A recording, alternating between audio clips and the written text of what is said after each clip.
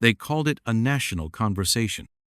An hour-long special, live and unfiltered, aired at prime time.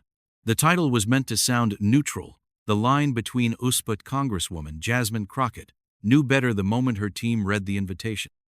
It wasn't the title. It wasn't even the topic. It was one line buried halfway through the third paragraph. To ensure that extreme viewpoints are respectfully represented. That was the tell. Not diverse voices. Not representative leadership. Extreme viewpoints. And just like that, she understood exactly what role they wanted her to play. The radical. The disruptor. The woman who made people uncomfortable, not because she was wrong, but because she refused to smile while being misunderstood. She didn't respond right away. Her team debated it late into the night. "They're trying to bait you," one aide warned. "You know how Janine Pirro operates. This won't be fair." But Jasmine just listened quietly. When everyone finished speaking, she gave her answer without raising her voice. "I'll go, but not with a defense, with a question. No entourage, no spin, no negotiation over segment length or lighting. Just one condition: the full, uncut footage would be available to the public within 48 hours. They agreed. And then she prepared not to perform, but to expose what performance had replaced. On the night of the broadcast, Jasmine arrived alone. No media prep, no press team trailing behind. She entered through a side entrance, carrying nothing but a slim folder and a single USB drive. Her suit was matte black, deliberately unreflective, almost like shadow cloth. No jewelry, no campaign branding. She didn't come to shine. She came not to be erased. The lobby was too polished. The walls too quiet. Like a space that had been sanitized of anything unpredictable. Studio assistants bustled without looking at her, as if they already knew how this night was supposed to go. Inside the control room, a young producer whispered to another, "She looks tense." But Jasmine wasn't tense. She was waiting. Across the soundproof glass, she could already see Janine on set, rehearsing lines with her producer. Jasmine watched as the host ran her hand over the table, checking for smudge not just from dust, but from doubt. Every detail was curated. Even the applause light cue had been tested twice during commercial break rehearsal. Jasmine sat in the makeup chair. She let the stylist do her work without speaking. No small talk, just stillness. The assistant tried to hand her a bottled water. Jasmine shook her head. "No, thank you." She wasn't there to be made comfortable. As showtime approached, the producer gave her the rundown. 1 introduction, 2 segments, 1 commercial break. No surprises, they said. Jasmine nodded, but she already knew the surprises weren't for her benefit. They were designed for maximum viewer engagement. What she didn't know, and what the producers had counted on, was that tonight wouldn't go the way they scripted. Because Jasmine hadn't come to win an argument. She had come to reveal who was afraid of one. The studio lights dimmed. The countdown began. A red on-air sign blinked to life. Theme music rolled in like a polite storm, measured, respectable, perfectly balanced between intrigue and tradition. And then Janine Pirro turned to face the camera. Poised, controlled, smile rehearsed to the syllable. "Good evening, America," she began. "Tonight, we talk about division, about leadership, about the voices shaping our future. And joining me now is someone who's become one of the most talked about figures in Congress, Congresswoman Jasmine Crockett." Jasmine didn't smile. Not yet. She tilted her head gently in acknowledgement. Not out of courtesy, but because that was all they deserved until the game was called out for what it was. Across the room, a studio assistant flicked the cue light. Applause. And the audience obeyed. But Jasmine knew applause could be programmed. Silence, on the other hand, that had to be earned. As Janine launched into her opening line of questioning, Jasmine said nothing. She listened, not to answer, but to map the shape of the performance. Because here's the thing about power. It always introduces itself politely, with a smile, with concern, with the phrase, "Let's start simple," like it's inviting a conversation. But the moment Jasmine heard those words, she saw it clearly. This wasn't a conversation. It was containment. Janine's first clip played on the screen behind them, a muted, decontextualized video of Jasmine at a protest, arms raised, voice animated, face locked in mid-expression, no audio, no context, just motion, framed to provoke. And that was the invisible push. Not a slap, not an accusation, just an edit, just a stage built to make a truth look like a tantrum. Jasmine didn't flinch.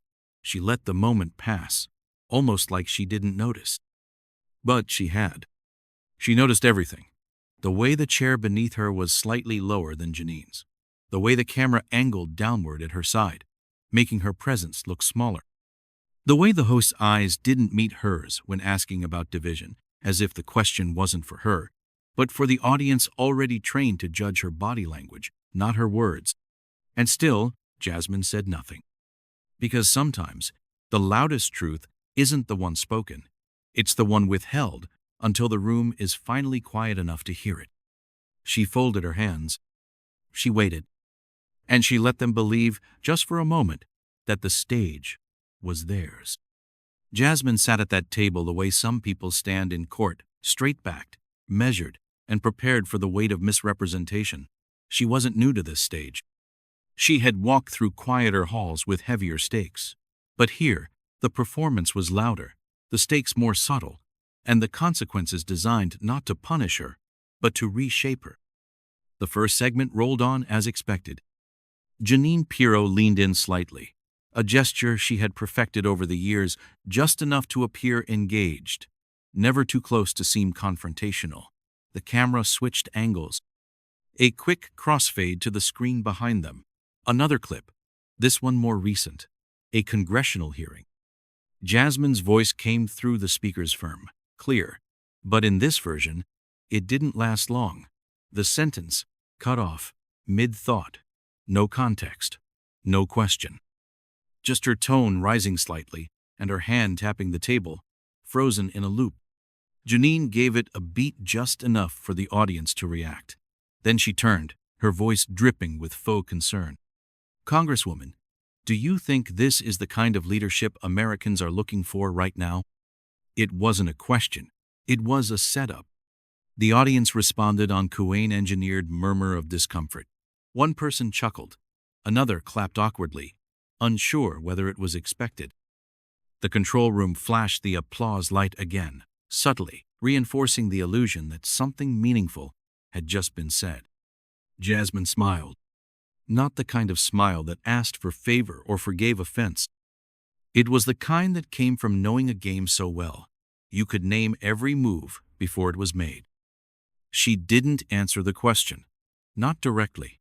She nodded once gently, and then looked back at the screen as if to say, if you're going to misquote me, at least let me hear it clearly. Janine shifted. That wasn't the reaction she wanted. She was expecting deflection or defensiveness, something to fuel the narrative. But Jasmine gave her nothing, just poise, just presence. And it unnerved her. Because Jasmine wasn't reacting to the edit, she was reacting to the edit's intent, and that made everyone in the room just a little less comfortable. The second segment began. A new clip flashed. Jasmine again, this time walking out of a courthouse. Reporters swarming, questions flying. The audio was muted again, her lips moving rapidly, expression intense. The image paused on a frame where she pointed toward the crowd. The implication was clear. Unstable, aggressive, unhinged. Janine paused, then delivered the line she had written the night before. Some people are saying you're more focused on headlines than solutions, that you thrive on chaos. What would you say to them? Jasmine kept her hands folded. Her posture never changed. She just tilted her head slightly, as if observing a student struggling with the wrong homework. She didn't answer the question, because she wasn't there to play defense against a script written by fear. Instead, she leaned forward, just enough to draw the cameras with her, and said, I'd ask them to listen to the part you didn't play. Janine blinked. A flicker. For a moment, the room was too quiet. And that was the first real shift. The audience, trained to respond to cues, suddenly had no cue. No soundbite. No laughter, just an unfamiliar stillness. And it began to settle, like dust on a stage that had gone unchallenged too long. Jasmine took a slow breath. She didn't speak next to fill silence as spoke to name it. When I walked out of that courthouse, she began, voice low but steady, I wasn't shouting. I wasn't angry. I was reading the name of a 12-year-old boy who had been killed in a no-knock raid gone wrong. His mother was inside, still bleeding from the shoulder. I said his name because no one else in that building had. Pause. No edits. No spin. Just fact. And suddenly, the image on the screen didn't look chaotic. It looked necessary. Janine sat back. Her smile tightened. But Jasmine wasn't done. Because this wasn't the first time someone had tried to shrink her into a moment they could control. It wasn't the first time someone confused calm with weakness, or assumed that a smile meant surrender. She'd learned a long time ago that black women in politics don't get the luxury of neutral ground. Every expression is interpreted, every tone is a headline, and every silence is either power or permission. But Jasmine had made a decision long before she walked into that studio. She wouldn't offer permission to a platform that refused to be honest. Instead, she would offer clarity and let the consequences land wherever they needed to. The camera cut to Janine. She shifted her note cards. She smiled again, this time wider, more forced. Well, she said, you certainly have a way with words. Jasmine didn't flinch. She didn't respond. Because that wasn't a compliment. It was a containment strategy. A tactic to repackage power as attitude. But Jasmine wasn't interested in being repackaged. She let the moment stretch. Then she did something unexpected. She turned subtly, slowly to the live audience. Not to address them, just to see them. And what she saw wasn't mockery or disdain. She saw something closer to hesitation. A man in the third row mid-40s, suit jacket too tight, lowered his phone slowly. A woman near the aisle stopped clapping mid-motion. They weren't angry. They were thinking. Because for the first time that night, they weren't being told what to think. They were watching someone who refused to make herself small for the sake of comfort. And that, in a studio built for manipulation, was more radical than any edit could capture. Janine leaned forward again, trying to recover the momentum. Well, Congresswoman, I think what our viewers want to know is what exactly are you here to prove? The question landed like a trap sprung too late. Jasmine smiled again, but this time it reached her eyes. And quietly, deliberately, she said, I'm not here to prove anything. I'm here to remind people what it sounds like when you stop accepting the performance and start asking who's writing the script. And with that, the second segment ended. No cue lights, no applause, just stillness. Earned. The lights didn't flicker, the music didn't shift, but something else had. A rhythmone the producers had perfected over years of broadcast had gone off-beat. A pause where there should have been applause. A stillness where the host expected fire. The choreography of manipulation had missed a step. And it started with Jasmine's silence. Janine Pirro straightened her posture. She shuffled her cue cards again, not because she needed to, but because she suddenly wasn't sure what came next. The control room watched through the glass, uncertain whether to move to commercial or press ahead. Jasmine hadn't raised her voice. She hadn't made a scene. She'd simply refused the script. And now, the stage felt different. The show resumed after the break. The producer's voice crackled over Jasmine's earpiece. Segment 3, Question 5. Stay on script. She removed the earpiece quietly. No drama. Just the quiet act of refusing to be guided. Janine opened the next segment with a tone meant to reset the room. Measured, authoritative, the practiced voice of a former judge who had once controlled courtrooms with nothing more than a nod and a frown. Well, Congresswoman, she said, folding her hands just so, some of your recent comments have sparked controversy, especially around law enforcement. Would you say your language is helping unify the country or dividing it further? Behind them, the screen lit up again. Another clip. Jasmine standing at a podium, her hand in the air, her voice raised just enough to seem angry, not enough to show why. Another edit. Another trap. But this time, something different happened. Just before the clip could end, just before the producers could cut away, a second feed appeared unexpected, unscheduled. The angle shifted. It was the same hearing, the same podium, but from a new perspective, the full recording. Jasmine, not angry but steady. Her voice, not elevated but controlled. And suddenly, the moment wasn't a soundbite. It was a story. It showed her pausing mid-sentence to allow a grieving mother to steady herself in the front row. It showed her calling on her colleagues not to inflame, but to listen. It showed her asking, not yelling, for accountability from a police department that had redacted the name of a 13-year-old girl shot while holding a cell phone. And it had been cut. All of it. The audience didn't gasp. They didn't need to, because the room was too quiet to allow for distraction. Jasmine didn't move. She didn't look away. She let the clip roll. Unedited. The control booth scrambled. Who switched feeds? Cut to Janine. Cut to Janine now. Too late. The screen behind them had already told the truth. Janine cleared her throat. That wasn't the approved segment. Can we please return to... Jasmine turned, not sharply, but deliberately. And for the first time that night, she spoke before being asked a question. I'm glad it wasn't approved, she said, because approval should never be a requirement for truth. The host blinked. Her smile faltered. And the mask, the one built of control, of decades in media, of carefully curated postures, lipped. Only for a second. But enough. Enough for the camera to catch it. The audience began to shift in their seats. Not forward, not back, just unsettled. Something had ruptured, and no one could pretend it hadn't.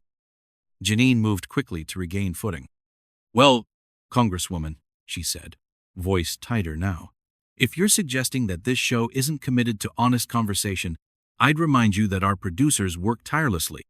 Jasmine didn't interrupt. She just raised one hand. Not to silence, but to offer. From the inside of her blazer, she pulled out the same slim manila folder she'd carried in and placed it gently on the table. Janine paused. The camera zoomed in. No label, no seal, just clean, careful truth. Jasmine spoke softly. I was sent this by someone inside your production team. I didn't ask for it. I didn't expect it. But I read it. And now, so should you. End quote. Janine hesitated. The audience watched. Jasmine continued. It's a copy of the original editorial rundown, the actual segments planned, and in the margin, handwritten notes. One of them says, and I quote, cut mid-sentence, emphasize emotion, avoid full speech. Another says, clip 7, position as unhinged, but don't overplay. No anger, just citation. No accusation, just receipt. The words landed like slow thunder. Not loud, but building. And Janine, for all her years of stagecraft, had no retort, no pivot, no smile wide enough to distract from what had just been revealed. She reached for her water glass, fingers just barely trembling. The audience remained quiet. Not out of respect, but because noise felt disrespectful to the moment. Jasmine didn't press further. She didn't raise her voice. She simply said, do you want to continue with your next question? Or would you like me to keep reading? Janine lowered her eyes. And for the first time in her broadcast career, she didn't speak. Not because she couldn't, but because anything she said would testify against her. The control room went silent, headsets off, hands frozen over buttons. And still the camera rolled. Still Jasmine remained centered, calm, steady as a scale that had never been calibrated for her but now demanded to be. Then she did the thing no one expected. She turned away from Janine entirely and faced the audience. Not to grandstand, to connect. "You were told I was here to cause division," she said, her voice softer now. "But I'm here because too many people have been edited out of their own lives, out of their own stories, out of their own meaning." A pause. The kind that makes silence feel like a verdict. "This," she said, gesturing to the studio, the cameras, the platform, "is not where justice begins, but it is often where injustice is rehearsed. Tonight, I came to stop the rehearsal." No applause. Not yet. Just realization. Just air that had become heavier with consequence. And somewhere in the back row, a hand reached up not to interrupt, but to steady a heart that had been cracked open just wide enough to feel something again. Janine adjusted her seat, but she never reclaimed the center. Because from that moment on, everyone in the room knew what Jasmine had quietly made clear. The stage no longer belonged to the host. It belonged to the truth. And the truth had just started talking. She didn't raise her voice. She didn't even shift in her seat. But the moment Jasmine Crockett reached into her folder again, the room tilted. There was no thunderclap, no gasps, just that particular kind of stillness people feel when they realize they've been looking at a mirror but only now understand what it reflects. Jasmine lifted a second document, unfolding it with the same care one might give to something fragile or sacred. It wasn't flashy. It wasn't printed on glossy paper. Just a single sheet, crisp federal letterhead across the top. "The document I'm holding," she said, "is not from me. It's from the Office of Inspector General." A pause. She let the words settle before continuing. "It confirms that, while serving as a sitting judge, Ms. Pirro was the subject of a sealed inquiry involving the unlawful placement of a GPS tracker on a private vehicle belonging to her former spouse." No accusation. No gloating. Just surgical precision. Janine's lips parted slightly, but no sound came. Her hand hovered near her note cards, unsure whether to grab them or let them sit like crutches she could no longer lean on. Jasmine went on, calm as stone shaped by centuries. "You authorized the use of courthouse equipment for personal surveillance, a violation of both state and federal statutes. The complaint was closed without charges due to procedural gaps, but the facts remain." The facts remain. It was the kind of line that doesn't need follow-up. It hangs. Janine finally blinked, twice. Her eyes flicked toward the producer's booth, where no one dared move. Even the camera operators had stopped repositioning. The show was no longer a production. It had become testimony. And Jasmine wasn't a guest. She was a witness. A second envelope emerged from the folder, this one thicker. She didn't open it right away. Instead, she looked directly at Janine, her tone still soft, still controlled. "I want to be clear," she said. "This isn't about your past. It's about your pattern." She placed the envelope gently on the table. "These," she said, tapping the corner, "are internal communications between your production team and a political media firm."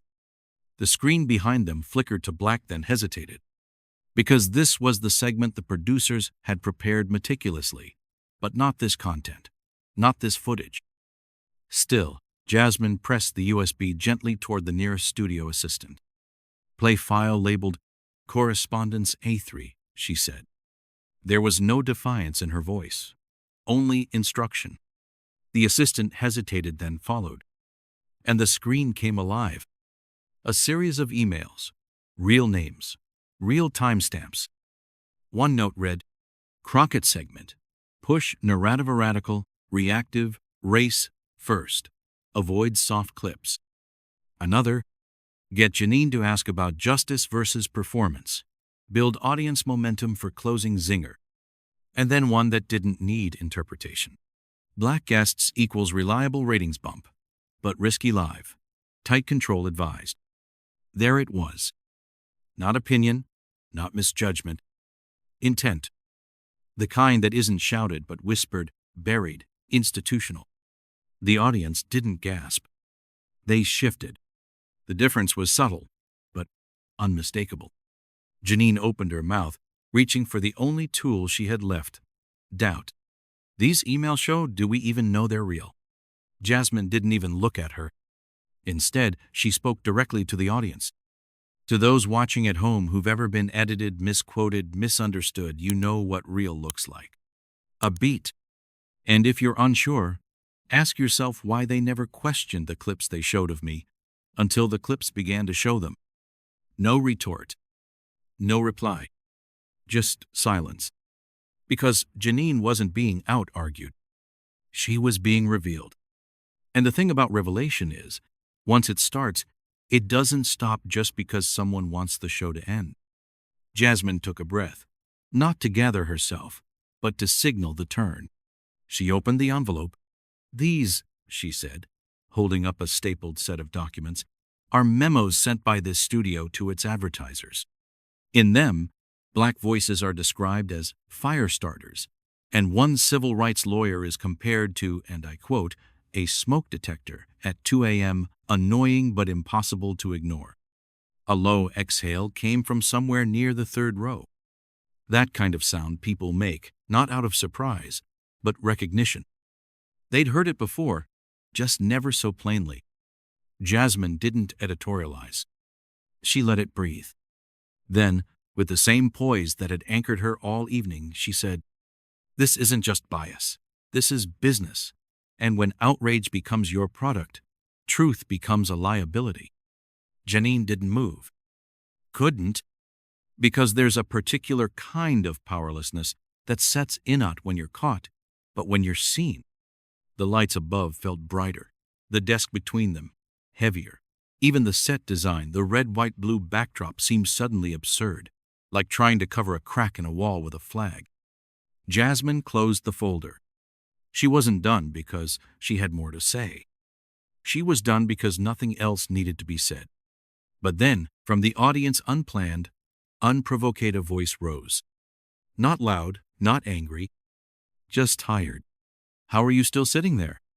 A man, late 40s, clean tie, worn face. Not a protester, not a plant. A viewer, a citizen. His voice didn't waver. "After everything she just showed Usho, are you still sitting there?" Janine didn't respond. Not to him, not to anyone. And Jasmine didn't smile. Because this wasn't a triumph. It was a reckoning. She turned her head slightly, not toward the cameras, not toward the host, but toward the space between them. The invisible space where performance had once thrived. And softly, almost like an aside, she said, "You called yourself an officer of the law. So I ask you, is this your definition of justice?" It wasn't a mic drop. It wasn't a victory lap. It was a scalpel. And Janine bled in silence. The audience didn't clap. They couldn't. Not because they were unsure how to respond, but because applause felt too small for a moment that had grown too large to contain. And for the first time in years, the control room didn't cut to commercial. They didn't dare. Because Jasmine Crockett had redefined the space not with volume, but with veracity. Not with outrage, but with receipt. And in doing so, she hadn't just shifted the conversation. She had ended the performance. The studio was no longer a set. It was a courtroom without a judge, a church without a sermon, a classroom where the lesson was never meant to be taught but somehow still arrived. Jasmine Crockett sat quietly. She hadn't moved since her last question, and she didn't need to. Because in the space between what she said and what couldn't be denied, something had shifted, not just in the room, but in the people inside it. Janine Pirro, once so composed, stared down at her desk. Her hands rested on a stack of cue cards that no longer served her. The segments she had rehearsed, the pacing she had practiced, all useless now. The cameras kept rolling, but no one knew who they were filming for anymore. Because the audience wasn't watching to be entertained. They were watching to understand. And understanding, once it begins, is hard to contain. Jasmine closed the folder slowly, with care. She didn't slam it shut. She didn't punctuate her point. She treated the truth like something alive, like something still breathing, even after the lights began to dim. Then, without a word, she stood. Not to leave. Not yet. She faced the audience again. Not as a politician. not as a guest, but as a mirror. For a long time, she said, I've been asked if I'm angry. Her voice was low, clear, steady. If I'm too direct, too emotional, too loud, if I carry a chip on my shoulder, if I'm tired of talking about justice. She paused. No one moved. I'm not tired of talking about justice. I'm tired of being asked to explain why it matters. And then she said it. 7 words. Simple, sharp, certain. This is justice, unedited, in full light. She didn't wait for applause. She didn't expect it. She just turned gracefully, completely, and walked off stage. The silence that followed wasn't awkward. It was earned. It stretched through the studio, through the control room, through the homes of millions watching live. It reached beyond headlines, past algorithms, through every cut that had ever turned humanity into highlight. And somewhere, deep in that silence, a reckoning began. The clip went viral, but not for the usual reasons. There was no screaming, no walk-off, no explosive confrontation. What people saw instead was something far more disruptive: restraint. They saw a woman confronted by distortion, who chose not to match its volume but to reveal its source. They saw her bring documents not to destroy, but to illuminate. They saw her hold the linen knot just for herself, but for every person who's ever been redefined by someone else's edit. Within minutes, the uncut footage was posted by an audience member, not the network. No filter, no chyron, no dramatic music. Just the moment, exactly as it happened. It hit TikTok, then Twitter, then every platform that ever confused clicks with clarity. But this time, clarity clicked louder. By midnight, over 40 million views. By morning, 3 major sponsors had quietly pulled out of Janine's show. No statement, just absence. Within 72 hours, Janine Pirro went silent. No closing monologue, no social media rebuttal, no last word. Just gone. And in that silence, something new began to grow. Clips of past guests resurfaced, edited moments now seen in a different light. Activists who had been interrupted mid-thought. Experts whose audio had mysteriously glitched. Guests of color who had been accidentally cut off before making their strongest points. And suddenly, audiences started asking the one question networks fear the most. What else have we been told out of order? But Jasmine Crockett didn't stick around for the fallout. She didn't book a press tour. She didn't accept interview requests from CNN, NPR, or even the late-night hosts who offered her a safe space to speak her truth. She declined them all, because her truth wasn't for performance. It was for permanence. 5 days after the broadcast, Jasmine showed up at a public university in D.C. unannounced. No cameras, no entourage. Just her and a notepad.